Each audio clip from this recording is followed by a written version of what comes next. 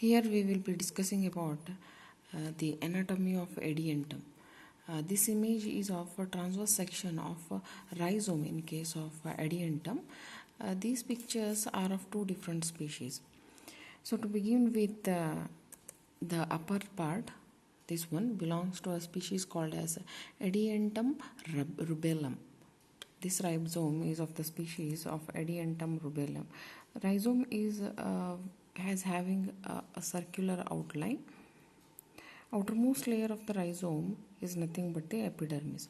That is composed of a thin-walled cells. This one, outermost layer.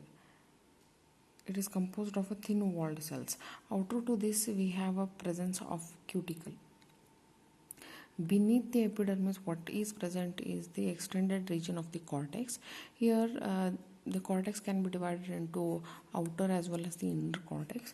Outer cortex is usually, in case of Adiantum rubellum, the outer cortex is formed of parenchyma cells with the intracellular spaces. So these are the parenchymal cells with this entire layer, parenchymal cell with some loosely arranged, not that compactly arranged, loosely arranged cells. Inner to this one, we have a layer of sclerenchymal cells. This is sclerenchymal cells. These cells are a bit thick because of the deposition of lignin on them. So this cortex is going to end in the center by the formation of what is called as a stele. So these rhizome of the Adiantum has a very well developed stele, where we'll be having a presence of outermost endodermis, followed by we have a phloem. Outermost endodermis. Next to endodermis, we will be having a layer of pericycle. Inside the pericycle, we have a phloem, we have xylem. Here, the stele is of amphiphotic. Amphiphotic in the sense, amphi is 2.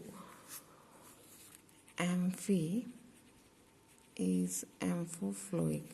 Amphi means 2. Phloic means phloem. Presence of the toe phloem is nothing but an amphiphotic. This kind of an stele is present in Adiantum rubrum. Now we will see what exactly amphiphotic stele means. We have a stele is nothing but the region which starts from the endodermis, pericycle and vascular bundle with a central pith present. Amphiphotic stele is a type of siphenostele. So it contains a central pith surrounded by a pericycle. We have endodermis, and pith contains obviously vascular bundle. Here the arrangement will be something like this. We have a pith in the center. Surrounding this pith, we have the layer of pericycle. After pericycle, we have endodermis. This pericycle is called as inner pericycle.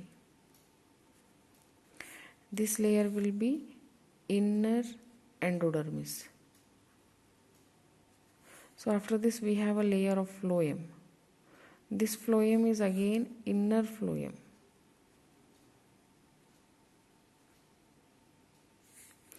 Next to phloem, we have a layer of xylem.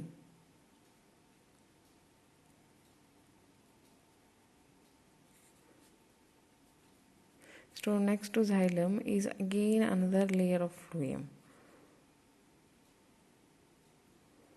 So this is outer phloem. Next to phloem, we have a pericycle.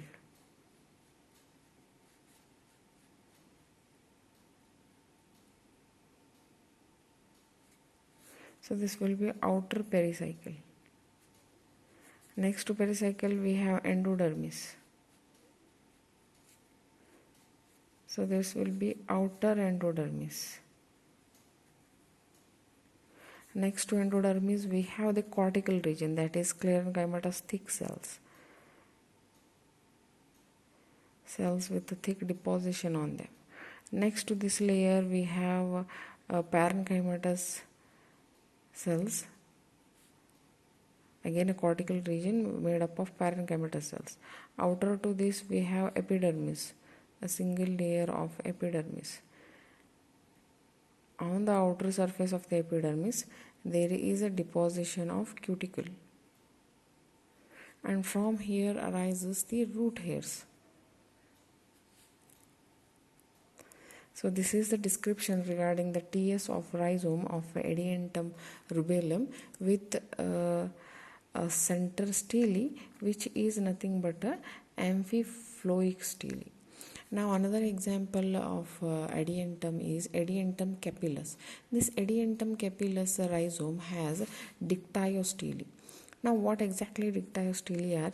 Here the vascular tissue, that is xylem and phloem, are divided into small bundles of vascular.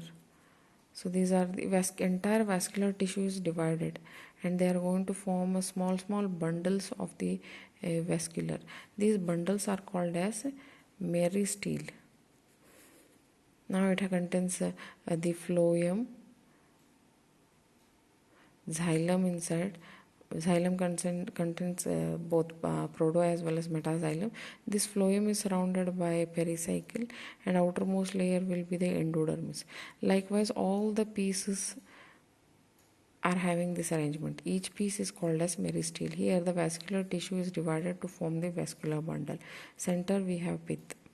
So this kind of an stele is called as dictyostele.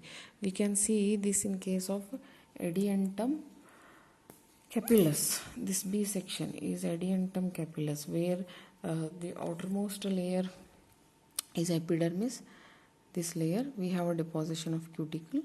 Next to epidermis is a cortical region. Cortical region, here we have the outer layer is made up of sclerenchymatous cell, thin layer of sclerenchyma, and next to sclerenchyma we have parenchymatous cell distributed, and internal to that we have the stele. These are the meristeles, where we can see the pericycle as well as endodermis will be present here. See, you can make out here. We have a pericycle, endodermis, phloem, followed by the xylem. Metaxylem and protoxylem both are visible here. Now these are the scales. These are formed by the division of the vascular tissue. During the division of the vascular tissue into vascular bundles, there are some scars formed. These scars are nothing but a leaf scale and leaf gaps. We will be discussing this regarding in detail when we will speak on the stellar arrangement in case of pteridophytes.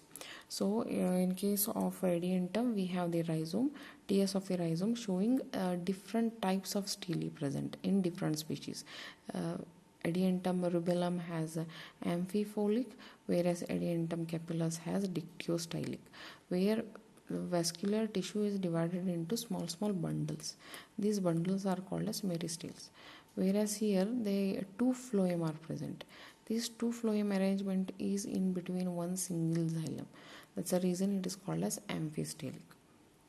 Thank you.